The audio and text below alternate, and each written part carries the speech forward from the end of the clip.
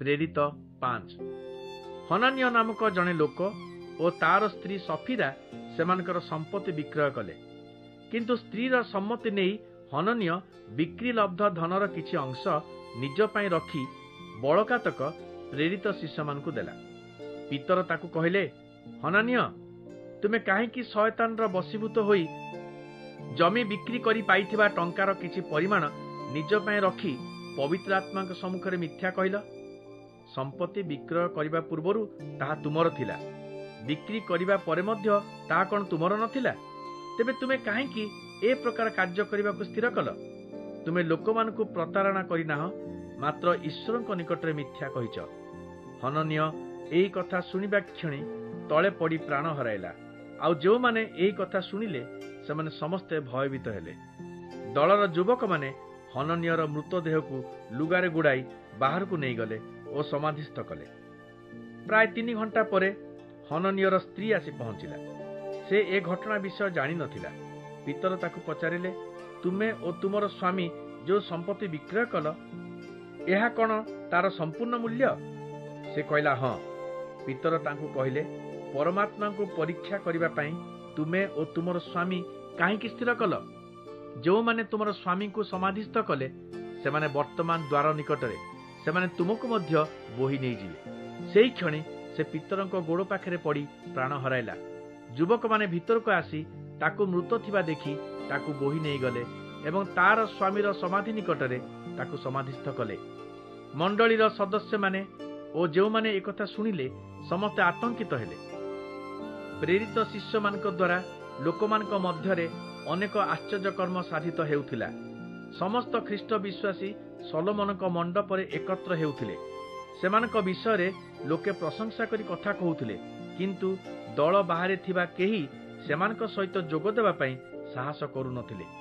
ତଥାପି ଈଶ୍ୱରଙ୍କଠାରେ ବିଶ୍ୱାସ କରୁଥିବା ଅନେକ ସ୍ତ୍ରୀ ଓ ପୁରୁଷ ଦଳରେ ପ୍ରବେଶ କଲେ ଓ ଉକ୍ତ ବିଶ୍ୱାସୀ ଦଳ ଦିନକୁ ଦିନ ବଢ଼ିବାକୁ ଲାଗିଲା। ପ୍ରେରିତ ଶିଷ୍ୟମାନଙ୍କର କାର୍ଯ୍ୟ ବିଶେଷ ଫଳପ୍ରଦ ହେଲା। ଏପରିକି ପିତର ଚାଲି ଯାଉଥିବା ସମୟରେ ତାଙ୍କର ଛାଇ ପଡ଼ିବା ପାଇଁ ଲୋକମାନେ ରୋଗୀମାନଙ୍କୁ ବୋହି ଆଣି ବାଟରେ ବିଛଣା ଓ ଚଟେଇରେ ଶୁଆଇ ଦେଉଥିଲେ। ଜେରୁସାଲେମର ଆଖପାଖ ସହରମାନଙ୍କରୁ ଏକ ବିରାଟ ଜନତା ରୋଗୀ ଓ ଭୂତଗ୍ରସ୍ତ ଲୋକମାନଙ୍କୁ ନେଇ ଶିଷ୍ୟମାନଙ୍କ ନିକଟକୁ ଆସୁଥିଲେ ଓ ସେମାନେ ସମସ୍ତେ ସୁସ୍ଥ ହେଉଥିଲେ। ତାପରେ ପ୍ରଧାନ ଯାଜକ, ତାଙ୍କର ସହକର୍ମୀମାନେ ଓ ସ୍ଥାନୀୟ ସାଦୁକୀ ଦଳର ଲୋକମାନେ ପ୍ରେରିତ ଶିଷ୍ୟମାନଙ୍କ ଉପରେ ପ୍ରବଳ ଈର୍ଷାନ୍ୱିତ ହୋଇ ସେମାନଙ୍କ ବିରୁଦ୍ଧରେ କାର୍ଯ୍ୟାନୁଷ୍ଠାନ କରିବାକୁ ସ୍ଥିର କଲେ। ସେମାନେ ପ୍ରେରିତ ଶିଷ୍ୟମାନଙ୍କୁ ଗିରଫ କରି ସାଧାରଣ କାରାଗାରରେ ରଖିଲେ। କିନ୍ତୁ ସେହି ରାତିରେ ପ୍ରଭୁଙ୍କର ଜଣେ ସ୍ୱର୍ଗଦୂତ କାରାଗାରର ଦ୍ୱାର ଖୋଲିଦେଲେ ଓ ପ୍ରେରିତ ଶିଷ୍ୟମାନଙ୍କୁ ମୁକୁଳାଇ ସେମାନଙ୍କୁ କହିଲେ, ଯାଅ, ମନ୍ଦିରରେ ଠିଆ ହୋଇ ଲୋକମାନଙ୍କୁ ଏହି ନୂଆ ଜୀବନ ବିଷୟରେ ସମସ୍ତ କଥା କୁହ। ପ୍ରେରିତ ଶିଷ୍ୟମାନେ ତାଙ୍କ କଥା ମାନି ଉଷା କାଳରେ ମନ୍ଦିରରେ ପ୍ରବେଶ କରି ଶିକ୍ଷା ଦେବାକୁ ଲାଗିଲେ। ପ୍ରଧାନ ଯାଜକ ଓ ତାଙ୍କ ସହକର୍ମୀମାନେ ମହାସଭାର ଏକ ପୂର୍ଣ୍ଣ ବୈଠକ ପାଇଁ ସମସ୍ତ ଇହୁଦୀ ନେତାମାନଙ୍କୁ ଡକାଇ ଆଣିଲେ ଏବଂ ତାପରେ ପ୍ରେରିତ ଶିଷ୍ୟମାନଙ୍କୁ ସେହି ସଭାରେ ଉପସ୍ଥିତ କରାଇବା ପାଇଁ କର୍ମଚାରୀମାନଙ୍କୁ ନିର୍ଦ୍ଦେଶ ଦେଲେ।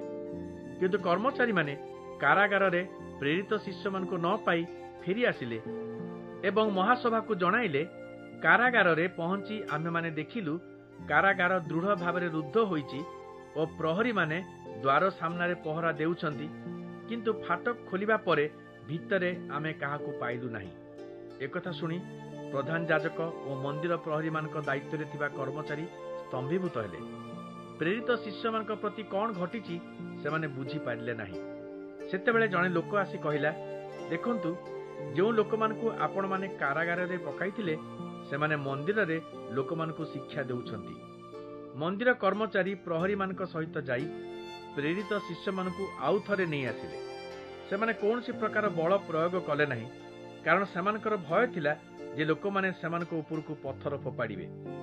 ସେମାନେ ପ୍ରେରିତ ଶିଷ୍ୟମାନଙ୍କୁ ଭିତରକୁ ଆଣି ମହାସଭା ସମ୍ମୁଖରେ ଠିଆ କରାଇଲେ ଓ ମହାଯାଜକ ସେମାନଙ୍କୁ କହିଲେ, ଏହି ଲୋକ ନାମରେ କୌଣସି ଶିକ୍ଷା ନ ଦେବା ପାଇଁ ଆମେ କଡ଼ା ଆଦେଶ ଦେଇଥିଲୁ, କିନ୍ତୁ ଦେଖ, ତୁମେମାନେ କ'ଣ କରିଛ?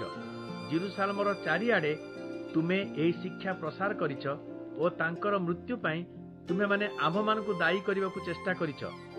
ପିତର ଓ ଅନ୍ୟ ଶିଷ୍ୟମାନେ ଉତ୍ତର ଦେଲେ, आमे ईश्वर को मानिबू मनुष्य को नुहे। तुम्हे माने यीशु को क्रूसरे कंटक विद्ध करी मारिदेबा परे आम पूर्वपुरुष मानकर ईश्वर यीशु को मृत्यु पुनर्जीवित करिसंती। इस्राएल लोक मानकु अनुताप करी पाप क्षमा पाइबार सुजोग देबा पई ईश्वर तांकु नेता और परित्राणकर्ता रूपे उठाइछंती और तांकर दक्षिण पार्श्वरे रखिछंती। आम्भे माने ए समस्त विषयर साक्षी अटु। पुणी जो पवित्र आत्मा को ईश्वर तांकर आज्ञाकारी मानकु दान करिछंती से मध्य एहार साक्षी। महासभार सदस्य माने एई कथा सुनी एते उत्यक्त हेले जे सेमाने शिष्य मानकु मारी देबा पई चाहिले। किंतु सेमानक मध्यरु गमलिएल नामक जणे मान्यास्पद फारुसी धर्मगुरु महासभारे छिड़ा होई प्रेरित शिष्य मानकु बाहर को नहीं जिबा पई निर्देश देले और महासभार सदस्य मानकु कहिले, इस्राएलीय भाई माने एही लोकंक प्रति जहा करिबाकु जाउछंती टिके सावधान होई करिवे। आपण मानकर मने थिबो किछि समय पूर्वे थिउदा निजकु जणे महापुरुष बोली कहिला और प्राय 400 लोक ता सहित जोग देइथिले। किंतु से निहत हैला, तार अनुगामी माने छिन्न भिन्न होई गले और तार दल लोप पाइला। तापरे जनगणना समय रे गालिली रे जिहुदा नामक आउ जनकर आविर्भाव हैला। से मध्य अनेकंकु तार दल को आकर्षण कला, किंतु से मध्य निहत हैला और तार अनुगामी माने छिन्न भिन्न हेले। तेणु ए क्षेत्र रे एई लोकमानक विरुद्ध रे कोनोसी कार्यानुष्ठान न करिबाकू मु परामर्श दउछि। सेमानक विषय मन दियंतु नाही। सेमानकर योजना और कार्यर उत्पत्ति जदि मनुष्य ठार होइथाय तेबे तार विलोप हबो, किंतु जदि ताहा ईश्वर ठार होइथाय तेबे सेमानकु दमन करिबा आपण मानकर साध्य नुहे। हुए तो देखा जिवो जे आपण माने ईश्वर को विरुद्ध रे युद्ध करिसंती। महासभा गमलिएलकर परामर्श ग्रहण कले। सेमाने प्रेरित शिष्य मानकु भीतर को डाकी सेमानकु चाबुक प्रहार कराइले एवं यीशुଙ୍କ नामरे कोनोसी कथा न कहिबाकू आदेश देई छाड़ी देले। प्रेरित शिष्य माने आनंद रे महासभारु प्रस्थान कले, कारण ईश्वरଙ୍କ दृष्टि रे सेमाने यीशुଙ୍କ निमंते अपमान भोग करिबाकू योग्य विवेचित होइथिले। पुणी सेमाने प्रतिदिन मंदिर रे ओ लोकमानक गृह रे मसीह यीशुଙ୍କ विषय रे शुभवार्ता प्रचार कले और शिक्षा देबाकू लागिले।